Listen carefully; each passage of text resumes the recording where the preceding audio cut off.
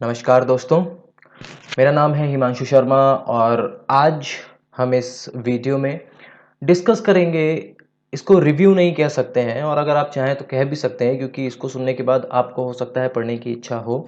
Otherwise मैं इसको discussion कहूँगा, एक चर्चा कहूँगा।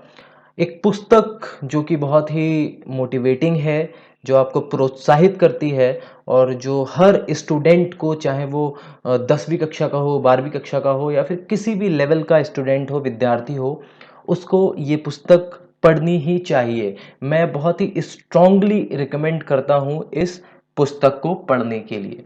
तो पहले इस पुस्तक के बारे में थोड़ा जान लेते हैं कि ये कहाँ से पब्लिश हुई है, किसने लिखी है। तो जैसा कि आप देख भी सकते हैं, इसके जो लेखक हैं वो हैं अनुराग पाठक और पब्लिश होने के बाद ये बहुत ही ज़्यादा एक तरह से कह सकते हैं आप हिट हुई और नंबर 1 बेस्ट सेलर उपन्यास, जो कि यहाँ पे लिखा भी है इन्होंने अपने पुस्तक के कवर पर लिख दिया है ताकि और ज़्यादा इसकी बिक्री हो। तो छपने के बाद, प्रिंट होने के बाद ये बहुत ही ज़्यादा हिट हो गई। मतलब आप कह सकते हैं रातों रात, जिसे कहते हैं ना, रातों रात हिट हो गई ये पुस्तक। तो अनुराग पाठक इसके लेखक हैं। नाम है इसका ट्वेल्थ फेल। और ट्वेल्थ फेल नाम से पता है क्या पता चलता है कि जब मैंने इसको देखा था तो एक कहावत है कि डोंट जज a book from its cover. कभी भी पुस्तक को उसको कवर देख के जज नहीं करना चाहिए कि ये अच्छी नहीं होगी। अब इस पे जब मैंने ट्वेल्थ फेल पढ़ा तो मैंने कहा यार ये ट्वेल्थ फेल क्यों लिखा हुआ है। ट्वेल्थ फेल लड़के की कहानी कौन पढ़ना चाहेगा। फिर मैंने कहा कि अगर ट्वेल्थ फेल लड़के की कहानी है और उस पर पुस्तक बनी है तो ज़रूर कुछ खास बात होगी। और उसके अलावा मैंने बहुत सारे रिव्यूज़ भी देख लिए इसके, पढ़ भी लिए और फिर ये बेस्ट सेलर भी बन गई। तो मुझे लगा कि भाई जब सब पढ़ रहे हैं तो मुझे भी पढ़ लेना चाहिए। ठीक है, तो मैंने भी इसको पढ़ लिया। तो इसी पे हम चर्चा करेंगे। तो अनुराग पाठक इसके लेखक हैं। ट्वेल्थ फेल इसका नाम है और इसकी जो टैगलाइन है वो है हारा वही जो लड़ा नहीं। ठीक है ना। और न्यूलिट पब्लिकेशन से इसको प्रकाशित किया गया है। न्यूलिट प्रकाशन है उसको उसने इसको प्रकाशित किया है। इसका मूल्य 196 रुपये है। जिस समय मैंने खरीदी थी उस समय 196 की खरीदी थी मैंने। लेकिन ज़्यादातर जगहों पर जो पुस्तकालय होते हैं या फिर जो किताबों की दुकानें होती हैं वहाँ पर आजकल 10% कम करके 10% का डिस्काउंट देकर देने का ट्रेंड है। तो मे बी आपको 180 रुपये के आसपास मिल जाती है।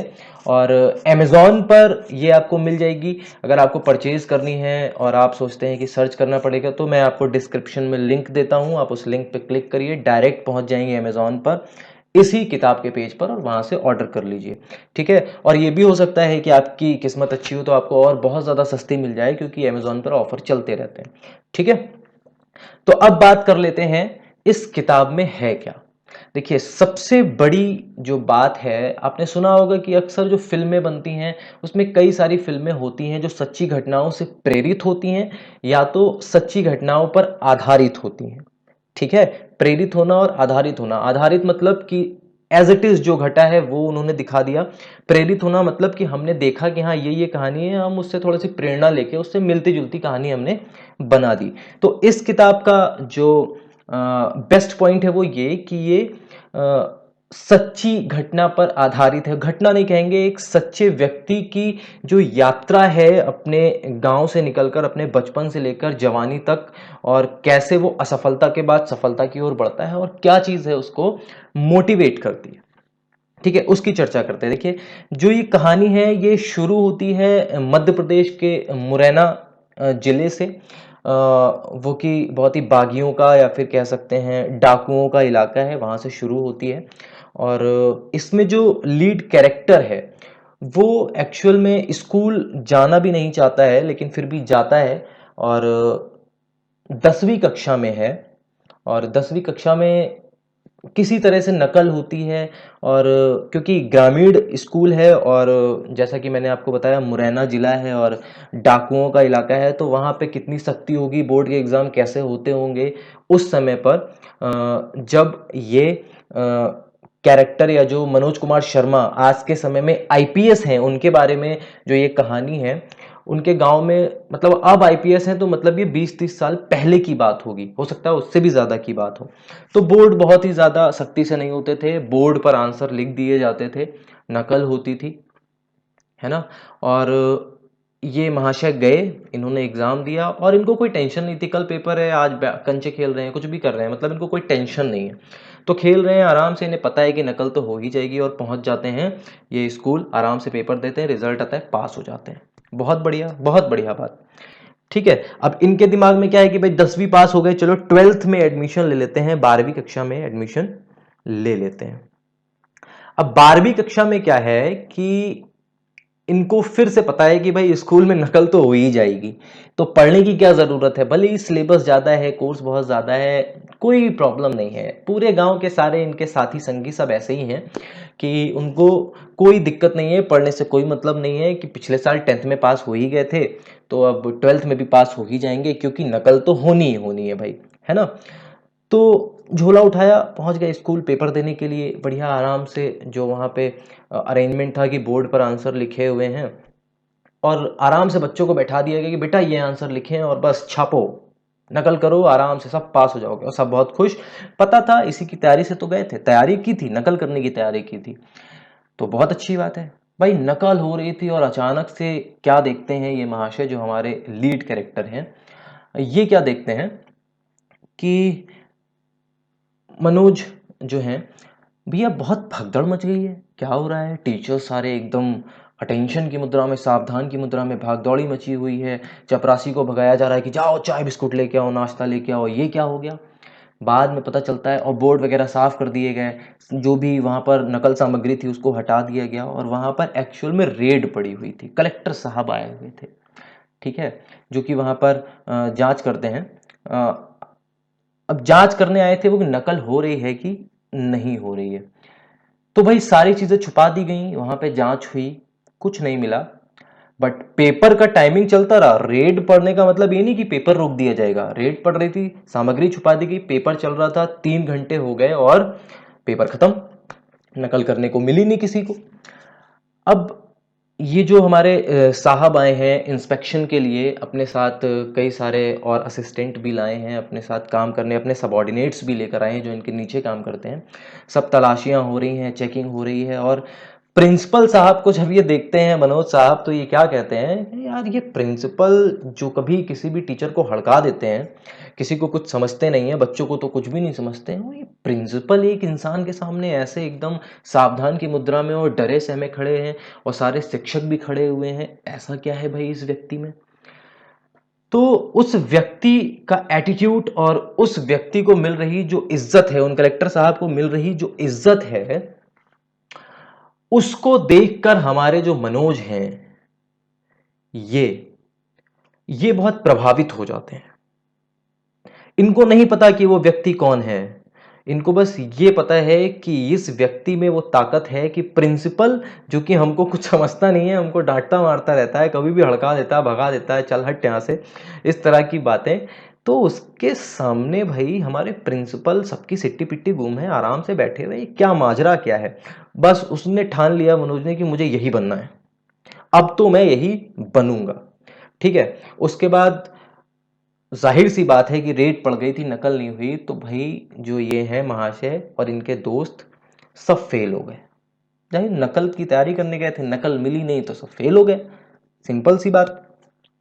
और जब सब फेल हो गए, लेकिन मनोज के दिमाग में वो दिन अभी भी था कि मुझे वो बनना है, एनी हाउ कैसे भी मुझे वो बनना है। उसने इधर उधर से जानकारी इकट्ठी की और पता चला कि इसके लिए यूपीएससी नाम की कोई परीक्षा होती है, वो करना है, लेकिन उससे पहले हमको अपना ग्रेजुएशन यानी कि बीए या बीएससी कुछ भी है तो वो हमें करना ही करना है। तो ये ठान लेते हैं और फिर उसके बाद किसी तरह से इंटर पास हो जाते हैं, एग्ज़ाम देने के बाद पढ़ाई लिखाई कर लेते हैं, इंटर पास हो जाते हैं, फिर चले जाते हैं शहर। शहर में ये तैयारी करते हैं, कॉलेज में जाते हैं। अब ये मुरैना जिले से गए हैं, ठेठ गांव से गए हैं, मुरैना जिले के किसी गांव से गए हैं और वहां शहर में जाके देखते हैं तो वहां की हवा ही अलग है, मतलब बिल्कुल अलग हवा चल रही है उधर। ठीक है, कहीं कमरा किराए पर लेते हैं, हॉस्टल टाइप का कुछ, वहां पर रहते हैं, पढ़ाई करते हैं, लेकिन इनको पढ़ाई समझ में नहीं आती कि बहुत टफ पढ़ाई है यहाँ की। लेकिन किसी तरह से कॉलेज में दोस्ती यारी करते हुए, हंसी मजाक करते हुए ये अपना बीए पास कर लेते हैं।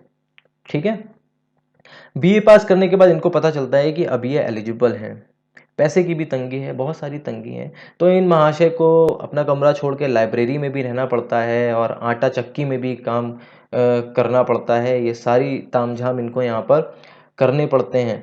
और उसके बाद भी जब पता चलता है कि भाई राज्य स्तरीय जो सिविल सेवा का परीक्षा है वो तो यहाँ से दे सकते हैं, बट अगर हमको यूपीएससी करना है, ठीक है ना, केंद्रीय सिविल सेवा जो है उसमें जाना है, तो उसके लिए दिल्ली जाना पड़ेगा। किसी तरह से जुगाड़ करके दिल्ली पहुंचते हैं। वहाँ पे भी दिक्कत हो जाती है दिल्ली में पढ़ाई लिखाई की। फिर उसके बाद प्यार मोहब्बत का भी चक्कर आता है, बीच में इनको प्यार हो जाता है। आई थिंक श्रद्धा नाम है उस कैरेक्टर का, जिनसे इनको प्यार हो जाता है। और उस प्यार के चक्कर में ये एक बार फिर से लटक जाते हैं यूपीएससी के एग्जाम में, नहीं क्वालिफाई कर पाते। और उसके चक्कर में कई बार तो भटकते भटकते उत्तराखंड शायद पहुंच जाते हैं ये, उसके घर तक। ठीक है, इनको पता भी नहीं है कि वो लड़की भी इनसे प्यार करती है कि नहीं करती है, बट ये उसके घर पहुंच जाते हैं। नोट्स शायद लेने या देने, कुछ ऐसे ही किसी बहाने से पहुंच जाते हैं उसके घर। और फिर बाद में ठीक है, दोनों एक दूसरे को एक्सेप्ट कर लेते हैं, प्यार हो जाता है। तो प्यार में ये पड़ जाते हैं और इनके दोस्त कहते हैं बेटा तुम डूबोगे। प्यार में जो लड़का पड़ गया यूपीएससी करते समय, वो तो समझो डूबा ही डूबा। ठीक है। और उसके बाद लेकिन ऐसा नहीं है, ये और इनके साथ जो इनकी मोहतरमा होती हैं वो दोनों ही दिल लगा के पढ़ाई करते हैं। पहले मोहतरमा का सिलेक्शन हो जाता है, इनका सिलेक्शन बाद में होता है, लेकिन उससे पहले भी इनको बहुत कठिनाइयाँ, पैसे का अभाव, समय को कैसे मैनेज करना है वो। और दूसरी जो सबसे बड़ी दिक्कत थी कि ये महाशय हिंदी मीडियम से थे। ठीक है, कई बार तो ऐसा हुआ कि इनको पैसे की इतनी तंगी थी कि इनको दिल्ली के जो पॉश इलाके हैं जहां पर अमीर लोग रहते हैं, वहां पर एक घर में कुत्ते को टहलाने का काम भी करना पड़ा। ये कुत्ता टहलाते थे, शाम को होते हैं ना, आपने देखा होगा शहरों में कुत्ता टहलाने के लिए निकलते हैं, डंडा हाथ में लेके, रस्सी हाथ में लेके, वो काम ये करते थे। और इस बात से इनको डर भी लगता था, लज्जा भी आती थी, कोई देख लेगा तो क्या होगा मेरा, है कि नहीं। जाहिर सी बात है कि भाई एक यूपीएससी तैयारी करने वाला लड़का, और सबसे ज़्यादा दिक्कत इनको ये आती थी कि श्रद्धा ने इनको देख लिया तब तो मतलब बिल्कुल इज्जत लुट जाएगी, समझ लीजिए आप, मतलब बर्बाद हो जाऊंगा मैं। और शायद देख भी लेती है श्रद्धा, लेकिन वो बुरा नहीं मानती। ये सोचते हैं कि आज तो रिलेशनशिप खत्म, बस ब्रेकअप हो जाएगा आज। इतना छोटा काम, इतना टुच्चा काम करने वाले के साथ कोई लड़की क्यों प्यार करेगी, क्यों अपना रिलेशनशिप आगे बढ़ाएगी, क्यों शादी करना चाहेगी, ये सारी चीज़ें इसके दिमाग में आती हैं। बट श्रद्धा, श्रद्धा एक बहुत ही समझदार लड़की है और उसने ऐसा कोई भी रिएक्शन नहीं दिया जैसा ये सोच रहे थे कि मिलेगा हमको। ठीक है, माफ कीजिएगा फोन बज गया। तो जैसा कि ये सोच रहे थे कि इनको मिलेगा, वैसा कोई भी रिएक्शन इनको मिला नहीं। और उसने समझा कि हाँ भाई ठीक है, मुझे पता है पैसे की तंगी है, मुझसे मांग भी सकते थे, नहीं मांगना हो सकता है, नहीं मांगा हो, क्योंकि क्यों मांगे भाई, एक लड़की से पैसे क्यों मांगेंगे हम। और बहुत ही ज़्यादा सेल्फ रिस्पेक्ट है, तो यहाँ पर ये काम करने लगे, कुत्ते को टहलाने का कुछ पैसे मिलते थे, उससे खर्चा वगैरह इनका चल जाता था, खाने पीने का भी मामला गड़बड़ा जाता था पैसे के चक्कर में। तो वो सारी चीज़ें थी। अब बहुत सारी ऊंच नीच है, इसके लिए आपको पढ़ना पड़ेगा। मैं यहाँ पे अब बिल्कुल आपको एज इट इज कहानी नहीं बताने वाला हूँ। ठीक है, पढ़ना पड़ेगा। जो आपको छोटे छोटे टर्निंग पॉइंट हैं वो सारे आपको किताब पढ़ने के बाद ही पता चलेंगे। क्लियर। तो देखिए, क्लियर कहने की आदत है, क्लास पढ़ाते पढ़ाते समय कॉन्सेप्ट क्लियर क्लियर करता हूं, तो यहां भी क्लियर कर रहा हूं। ओके। तो भाई वो कुत्ता टहलाने वाला और श्रद्धा के देखने वाला भी काम हो गया, और किसी तरह ये अपने लास्ट अटेम्प्ट में, मतलब जितने पहले के अटेम्प्ट थे सब में फेल हो गए, लास्ट अटेम्प्ट में ये पहुंच जाते हैं इंटरव्यू में। प्री भी क्वालिफाई, मेंस भी क्वालिफाई, और इंटरव्यू में ये पहुंच जाते हैं भाई।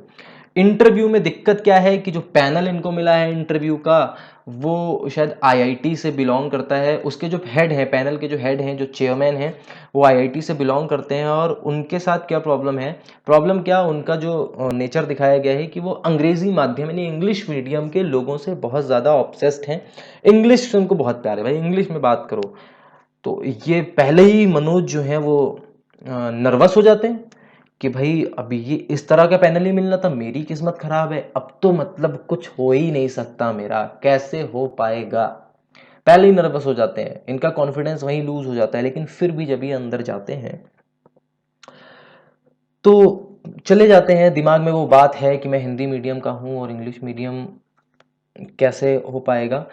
और जब इनका जो भी फॉर्म इन्होंने भरा था उसको देखते हैं पैनल वाले, तो कहते हैं आपने 10th पास किया था और 12th आप फेल हो गए थे। तो ये कहते हैं हाँ हम 12th फेल हो गए थे। स्ट्रेट फॉरवर्ड जब वो पूछते हैं क्यों फेल हो गए थे, तो सीधा कोई बहाना नहीं बनाते हैं कि मेरे घर में ये बीमार हो गया था या मैं बीमार हो गया, कुछ नहीं। सीधे कहते हैं कि सर उस दिन कॉलेज में कलेक्टर साहब की रेड पड़ गई थी तो नकल नहीं हो पाई जिसकी वजह से हम फेल हो गए। मतलब पैनल एकदम बहुत चक्का रह जाता है, ये क्या बता क्या रहा है लड़का सामने से, मतलब ऐसा स्ट्रेट फॉरवर्ड कौन होता है। ठीक है, लेकिन फिर बात वहीं आ जाती है, आपने हिंदी मीडियम में किया है, बार बार सिर्फ एक व्यक्ति, एक महाशय होते हैं उस पैनल में जो इनका सपोर्ट करते हैं, थोड़ा सा इनको मोटिवेट करते हैं, बट बाकी जो है और जो हेड है वो तो खासकर उनका इसी पे जोर रहता है कि आपको इंग्लिश नहीं आती है और आप कैसे प्रशासनिक अधिकारी बन सकते हैं, प्रशासन को कैसे चला सकते हैं विदाउट इंग्लिश, क्योंकि आपको इंग्लिश की बहुत ज़रूरत पड़ेगी, बहुत सारा पेपर वर्क करना पड़ेगा। तो और ये बार बार समझाने की कोशिश करते हैं कि नहीं सर मेरे पास नॉलेज है। तो बोले नॉलेज से क्या, नॉलेज तो जितने यहाँ आए हैं लगभग सभी के पास नॉलेज है, और उनके पास तो इंग्लिश का भी नॉलेज है, उनको इंग्लिश बोलनी भी आती है। तो जब जिनके पास नॉलेज और इंग्लिश दोनों है, मैं उनको लूंगा कि आपको लूंगा। अब इनके मन में और उथल पुथल मची हुई है कि आज तो मेरा मतलब बेड़ा गर्क हो गया, समझो अब जो है मैं फेल ही समझ लो हो गया। अब यहाँ पे एक इंसिडेंट होता है जो ध्यान से सुनिएगा, बहुत ही बेहतरीन जवाब ये देने की कोशिश करते हैं अपनी भाषा में, जो इनको दिक्कत है अंग्रेजी भाषा में उसके लिए। भाई ये एक्सेप्ट करते हैं कि इनको इंग्लिश नहीं आती तो नहीं आती, क्या कर सकते हैं, लेकिन बार बार जब जोर दिया जा रहा है तो इनका गला सूखता है, नर्वस हो जाते हैं, पता नहीं इनके मन में क्या सोचती है। कहते हैं सर मैं पानी पीना, हाँ इनको जो हिंदी वाले हैं जो इनका सपोर्ट करते हैं कहते हैं बेटा पानी पी लो। अब पानी पी तो लें, लेकिन ये जवाब दे देते हैं उल्टा, कहते हैं सर मैं एक्चुअली ना स्टील के गिलास में पानी पीना पसंद करता हूँ, कांच के गिलास में पानी पीना पसंद नहीं करता। अब भाई जो हेड है, चेयरमैन है, उनका दिमाग गर्म हो जाता है, कहते क्या फालतू की बात कर दी तुमने, पानी पानी होता है यार, कांच के गिलास में पियो, स्टील के गिलास में पियो, किसी भी गिलास में पियो, पानी बदल जाएगा क्या। तो ये बताते हैं सर यही तो मैं आपको इतनी देर से समझाने की कोशिश कर रहा हूं कि सर ज्ञान ज्ञान होता है, वो किसी भी भाषा में हो, इंग्लिश में हो, उर्दू में हो, हिंदी में हो, किसी भी भाषा में हो, ज्ञान ज्ञान होता है, ज्ञान बदल नहीं सकता। ज्ञान की अहमियत हर भाषा में उतनी है जितनी हिंदी और इंग्लिश या किसी भी भाषा में है। अब इस बात भाई ये कह तो देते हैं डर के, लेकिन अब इनको ये नहीं पता कि इसके कॉन्सिक्वेंसेस क्या होने वाले। चलो भाई, उसके बाद बात आती है, इनको भेज दिया जाता है कि हाँ ठीक है अब आप जाइए, और ये उठते हैं, जो भी अभिवादन करना होता है करते हैं, जाने लगते हैं। गेट तक पहुंचते हैं, इनको पीछे से किसी ने आवाज़ दी होती है और बोला जाता है कि पूछते हैं कि बताइए मनोज आपका लास्ट अटेम्प्ट है ये, अगर आप पास नहीं हुए तो, अगर आप सफल नहीं हुए तो उस केस में क्या होगा। तो भी एक ऐसा जवाब देते हैं जो एक पॉजिटिव अप्रोच दिखाता है, जो एक एटीट्यूड दिखाता है एक यूपीएससी एस्पिरेंट का। क्या है वो अप्रोच, अप्रोच ये है, ये कहते हैं कि सर सफलता का मतलब सिर्फ यूपीएससी नहीं होता है, सफलता का मतलब सिर्फ आईएएस आईपीएस बन जाना नहीं होता है। अगर मैं आईएएस आईपीएस नहीं भी बन पाया तो क्या, मैंने इतना पढ़ लिया है कि मैं किसी भी फील्ड में अगर जाऊंगा, फेल होने के बाद किसी और काम को करने की सोचूंगा तो मैं वहां सफल हो जाऊंगा। सफल होने का मतलब सिर्फ यूपीएससी या आईपीएस होना नहीं है, यहां पर जिंदगी खत्म नहीं हो जाती है, ये नहीं कर पाऊंगा तो कुछ और करूंगा। ये बात सीखने वाली है हर बच्चे के लिए जो स्कूल में है, जो कॉलेज में है, कि भाई सफलता का मतलब आप फोकस हो किसी चीज पर, अच्छी बात है, आप उसको अचीव करने के लिए बहुत मेहनत करते हो, अच्छी बात है, आप दिन रात एक कर देते हो, बहुत अच्छी बात है, लेकिन आप ये सोचो कि नहीं अगर मैं ये नहीं हुआ तो मर जाऊंगा, लुट जाऊंगा, नहीं, दैट इज नॉट गुड। आपने मेहनत की, आप ईमानदार थे, आपने पेपर दिया, आपने सब कुछ बहुत ईमानदारी से किया, किसी तरह की बेईमानी आपने नहीं की, लेकिन अगर आप फिर भी फेल हो रहे हो तो जिंदगी वहां पर खत्म नहीं होती। आपकी जिंदगी सिर्फ एक एग्जाम का रिजल्ट थोड़ी है कि रिजल्ट नेगेटिव आया तो आप फेल, नहीं, ऐसा नहीं होता है।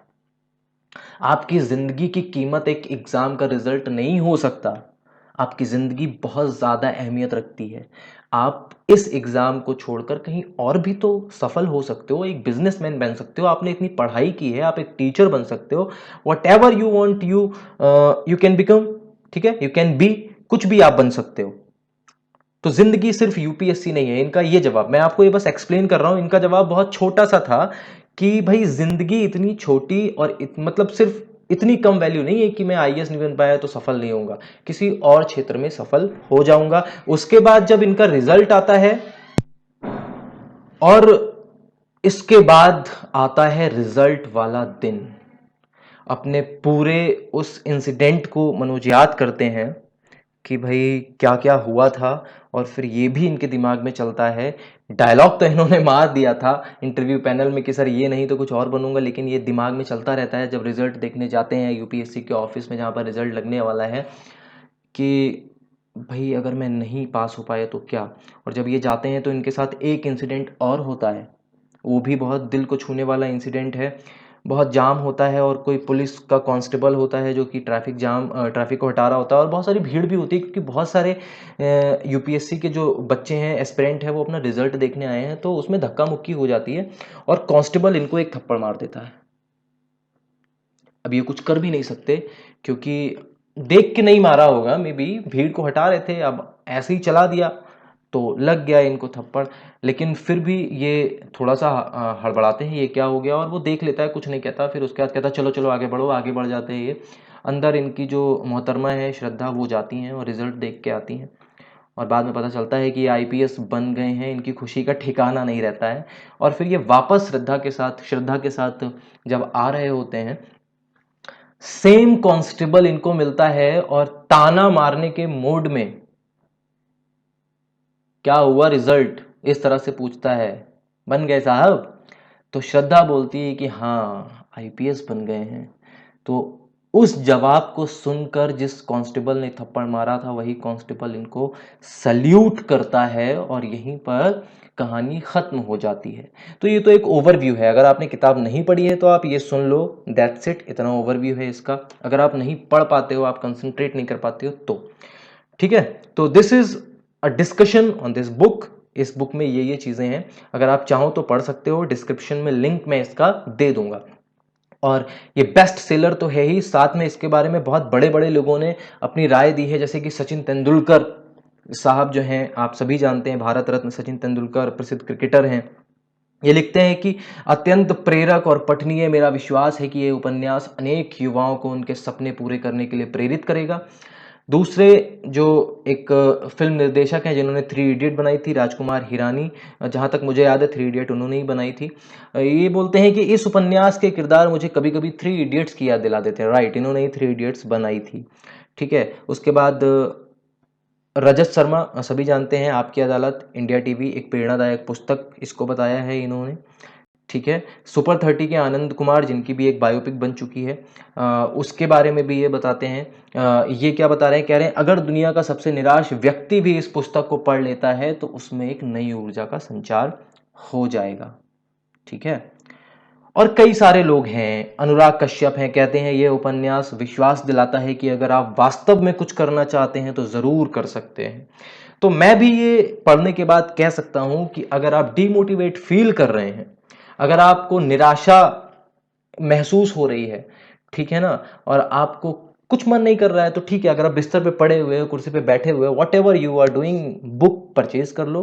अगर है तो उठाओ, पढ़ना स्टार्ट करो, अच्छा लगेगा, कुछ तो आपके अंदर ऊर्जा का संचार होगा इसको पढ़ने के बाद। ठीक है। तो इस पुस्तक के लिए बस इतना ही। आगे किसी और पुस्तक के बारे में चर्चा करेंगे, कोई एक अच्छी सी पुस्तक मैं फिर से ढूंढ कर लाता हूं कि जो जो मैंने पढ़ रखी है उनमें से कोई एक पिक करूंगा, उसके बारे में अगले वीडियो में डिस्कशन करूंगा। और चैनल को सब्सक्राइब कर लीजिएगा, और कमेंट करके बताइएगा आपको मेरा जो तरीका है नरेट करने का वो कैसा लगा, आपको इंटरेस्टिंग लगती है बुक, आप क्या सोचते हो इसके बारे में, ये भी आप कमेंट करके बता सकते हो। ठीक है। तो आज के वीडियो में बस इतना ही। बहुत बहुत धन्यवाद, बहुत बहुत शुक्रिया आपका इस वीडियो को देखने के लिए।